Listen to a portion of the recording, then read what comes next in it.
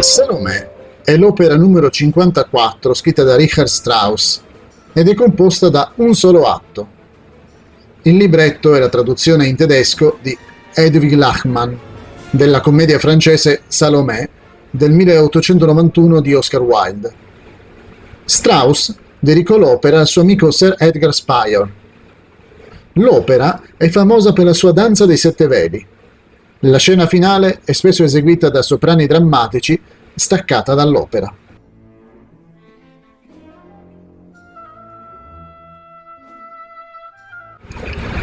Originariamente, Oscar Wilde scrisse la sua Salomè in francese.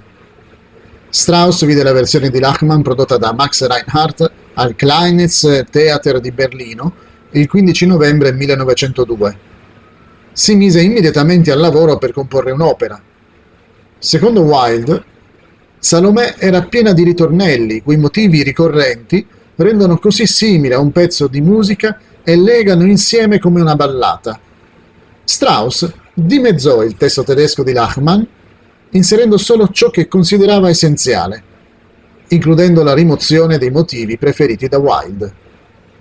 Strauss compose l'opera utilizzando un libretto tedesco, la stessa versione che conosciamo oggi. Nel 1907 Strauss realizzò una versione alternativa in francese, lavorando con il musicologo Romain Rolland con l'obiettivo di conservare il più possibile l'originale di Wilde, una procedura che richiedeva anche modifiche alla partitura musicale. Questa versione francese è stata utilizzata da Mary Garden, la più famosa sostenitrice del ruolo principale, quando cantò l'opera a New York, Chicago, Milwaukee, Parigi e in altre città. Marjorie Lawrence ha cantato il ruolo principale sia in francese, a Parigi, che in tedesco, al Metropolitan Opera di New York, nel 1930. La versione francese è poco conosciuta oggi, anche se è stata ripresa a Lione nel 1990 e registrata da Kent Nagano. Il ruolo della protagonista era stato affidato a Karen Upsdotz, mentre quello di Giovanni, chiamato il profeta Yohanan, a José Van Damme. Nel 2011 la versione francese è stata messa di nuovo in scena dall'Opéra Royal de Wallonie di Liegi. La protagonista fu June Andersen.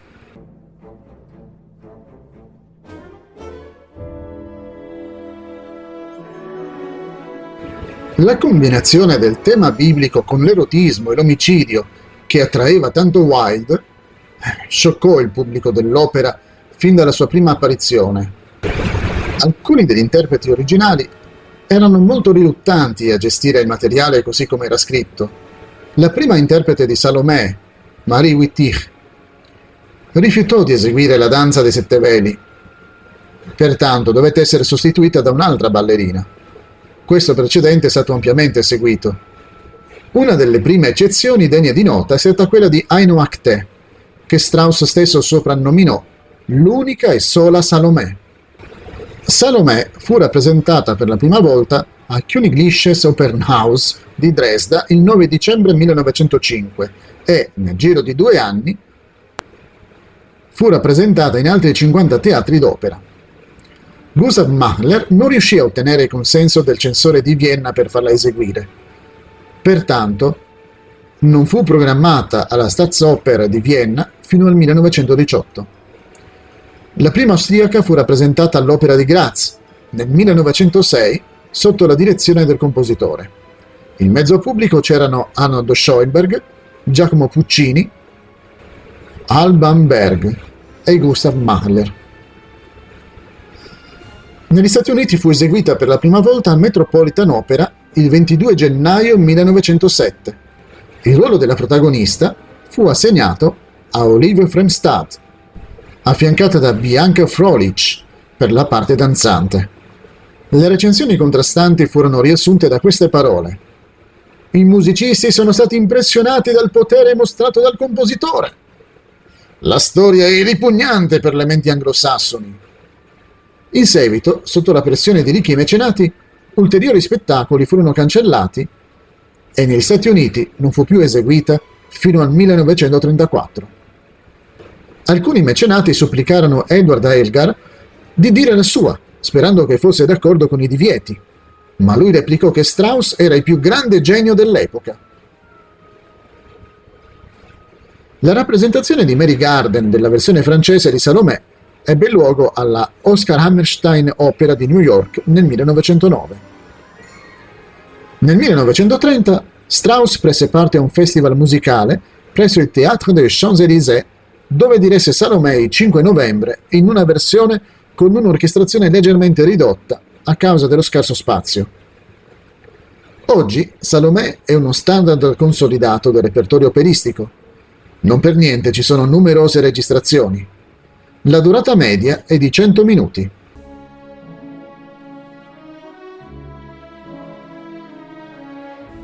Le musiche di Salomè includono brevi melodie piene di significati simbolici. Alcuni sono chiaramente associati a persone, come Salomè e Giovanni Battista. Altri hanno un significato più astratto. Queste melodie di Strauss sono complesse, sia a causa del simbolismo che della forma musicale, che sono soggetti ad ambiguità e trasformismo. Alcune melodie, in particolare quelle associate a Erode, cambiano frequentemente nella forma e nel significato simbolico. Strauss scelse dei nomi non coerenti per alcune melodie. Altri hanno aggiunto i propri nomi, che hanno ampliato le ambiguità. Per esempio, Lawrence Gilman nel 1907 intitolò alcune melodie con termini astratti: desiderio, rabbia, paura.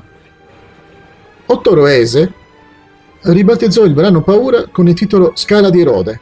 Gilman ha intitolato Giovanni e Profezia i due temi principali associati. Gilman ha intitolato Giovanni e Profezia i due temi principali associati a Giovanni Battista, eseguiti anche insieme. Secondo Derek Puffett, si dovrebbe prestare attenzione a non reinterpretare il significato dei titoli delle melodie. Oltre alle parole, ci sono anche momenti precisi e specifici all'interno delle esecuzioni. Per esempio, un tamburello suona ogni volta in cui viene fatto un riferimento alla danza di Salomè. L'armonia di Salomè fa uso di tonalità estese, cromatismo, una vasta gamma di modulazioni insolite, ambiguità tonale e politonalità. Alcuni dei personaggi principali e dei temi psicologici hanno chiavi associate a loro, come Salomè e Giovanni, e il desiderio e la morte. Strauss modificò il libretto dell'opera tagliando quasi la metà dell'opera di Wilde, così la spogliò evidenziandone la struttura drammatica di base. La forma strutturale del libretto è altamente modellata, in particolare nell'uso della simmetria e nel raggruppamento gerarchico di eventi, passaggi e sezioni in tre parti. Citiamo per esempio il tentativo di Salomè di sedurre Narrabot, così da poter vedere Giovanni. Lei cerca di sedurlo 3 volte. Lui capitola alla terza. Quando Giovanni viene portato davanti a Salomè, pronuncia 3 profezie, dopodiché Salomè ripete 3 volte di essere innamorata di lui. Ama la sua pelle, i suoi capelli e le sue labbra. A sua volta Giovanni usa le labbra per maledirla. Nella scena successiva, Erode chiede 3 volte a Salomè di stare con lui, di bere, mangiare e sedersi con lui. Lei rifiuta tutte e 3 le volte. Più tardi, Erode le chiede di danzare per lui, di nuovo 3 volte. Dopo 2 rifiuti da parte di Salomè, Erode fa una terza richiesta, in cui giura di concedere tutto ciò che vuole e lei accetta. Dopo che Salomè ha danzato e ha richiesto la testa di Giovanni su un piatto, Erode, che non vuole giustiziare il profeta, fa 3 controfferte: uno smeraldo, dei pavoni e infine, disperatamente, il velo del santuario del Santo dei Santi. Salomè rifiuta tutte e 3 le offerte, insistendo ogni volta in modo più stridente che desidera la testa di Giovanni. Ci sono anche altri piccoli raggruppamenti in 3 parti.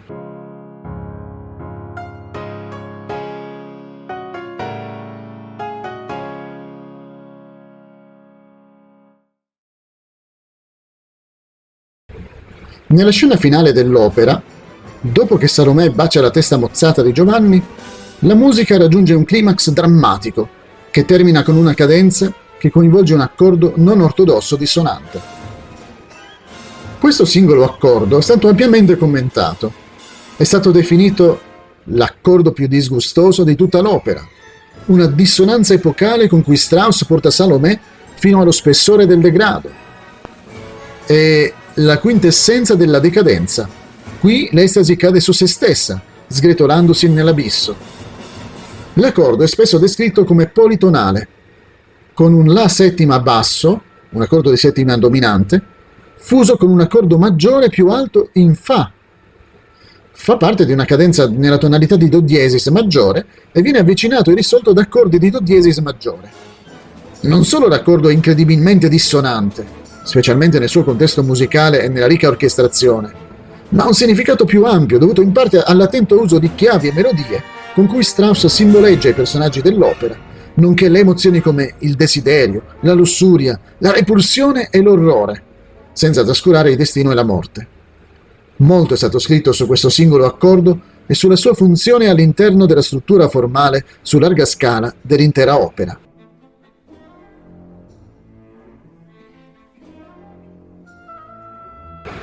Le esigenze vocali del ruolo principale sono le stesse di quelle di Isotta, Brünnhilde o Turandot, perché idealmente il ruolo richiede il volume, la resistenza e la potenza di un vero soprano drammatico.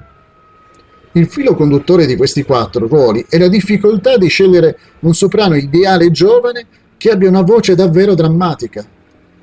Tuttavia, fra le più memorabili che hanno affrontato il ruolo nell'ultimo mezzo secolo troviamo Maria Cebotari, Liuba Velic, Birgit Nilsson, Leonie Risanek, Eva Marton, Radmila Bakočević, Montserrat Caballé, Anja Sölja, Phyllis Curtin, Karen Armstrong, Nancy Shade, Dame Gwyneth Jones, Katrin Malfitano, Hildegard Behrens, Maria Ewing, Teresa Stratas, solo in versione cinematografica, non sul palco, Olivia Fremstad, Brenda Lewis e Carita Mattila.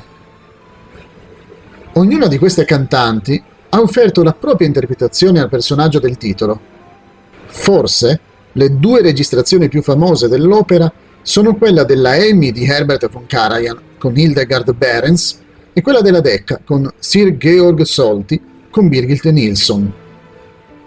Oltre alle esigenze vocali e fisiche, il ruolo richiede anche l'agilità e la grazia di una prima ballerina quando esegue la famosa danza dei 7 veli. Trovare una giovane donna con tutte queste doti è estremamente scoraggiante. A causa della complessità delle esigenze del ruolo, alcuni interpreti hanno avuto un focus puramente vocale, scegliendo di lasciare la danza contro figure che sono ballerine professioniste. Altre hanno scelto di combinare i 2 ruoli ed eseguire la danza da sole, proprio come avrebbe voluto Strauss.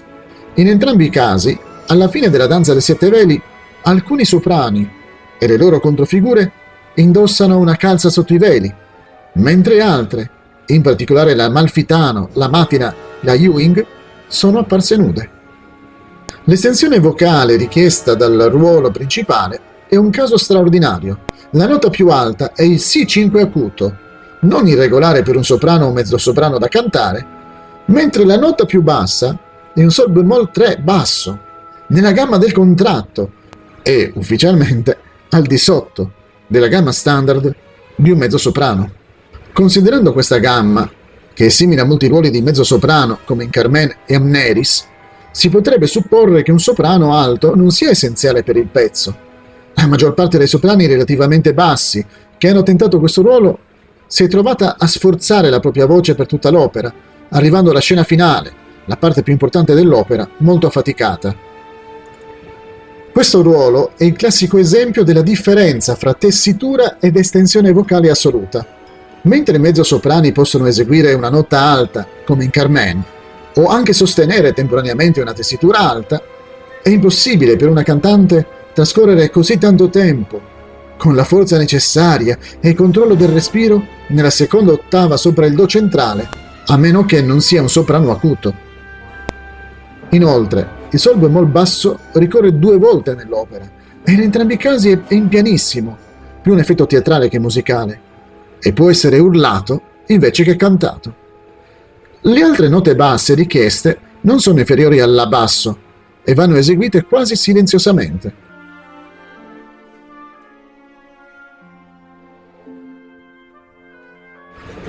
Il compositore inglese Kekosoro Shabuji Sorabji nel 1947 realizzò una trascrizione per pianoforte della scena finale dell'opera, intitolata Scena finale da Salomè di Richard Strauss, trascrizione da concerto arrangiata per pianoforte a due mani.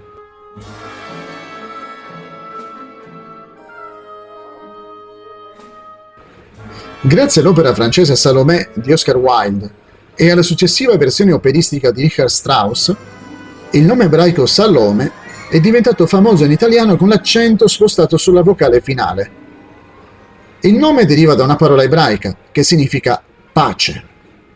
Ma chi era davvero Salomè? L'opera di cui abbiamo parlato in questo video afferma di essere tratta da un racconto dei Vangeli. Ma chi i Vangeli ci presentano con tale nome? Un confronto fra due versetti dei Vangeli, Matteo 27,56 e Marco 15,40, suggeriscono che l'unica persona chiamata Salome nella Bibbia, con l'accento sulla penultima sillaba, era la madre dei figli di Zebedeo, gli apostoli Giacomo e Giovanni. Questa donna era presente il giorno in cui Gesù fu giustiziato, insieme a Maria Maddalena, Maria madre di Giacomo e di Iose. È stato ipotizzato che Salome fosse sorella di Maria, la madre di Gesù. Si intuisce da un altro versetto, Giovanni 19,25, che dice: vicino al palo di tortura di Gesù stavano sua madre, la sorella di sua madre, Maria la moglie di Clopa e Maria Maddalena. Ciò indicherebbe che era la sorella della madre di Gesù. Altri versetti dei Vangeli però indicano che c'erano anche altre donne. Magari la sorella di Maria era un'altra di cui ignoriamo il nome. Salome era una discepola che accompagnava il Signore Gesù Cristo e i suoi apostoli. Ma allora cosa c'entra la ragazza dell'opera di Strauss? Anche l'opera è basata su un racconto dei Vangeli, in cui però non è indicato il nome della ragazza. Vediamo come possiamo individuarla. In Marco 6 da 17 a 28 i Vangeli affermano che Erode Filippo e sua moglie Erodiade avevano avuto una figlia. Erode Antipa era l'amante di Erodiade. In seguito la strappò al marito e la sposò. Poco prima della Pasqua ebraica del 32 d.C., Antipa organizzò una cena a Tiberiade per celebrare il suo compleanno. Invitò la principessa, ora sua figliastra, a ballare davanti agli invitati, i suoi dignitari, i comandanti militari e gli uomini più in vista della Galilea. L'esibizione ammaliò così tanto Erode che decise di offrire alla ragazza tutto quello che lei avesse richiesto, fino alla metà del suo regno. Su consiglio della sua malvagia madre, la ragazza chiese la testa di Giovanni Battezzatore. Anche se era molto addolorato, Erode, a motivo del giuramento fatto e degli invitati, comandò che le venisse data. Quindi mandò a decapitare Giovanni in prigione. La sua testa fu portata su un piatto e data alla ragazza, e lei la portò a sua madre. Il nome Salomè non è riportato nelle Sacre Scritture. Comunque è conservato negli scritti di Giuseppe Flavio.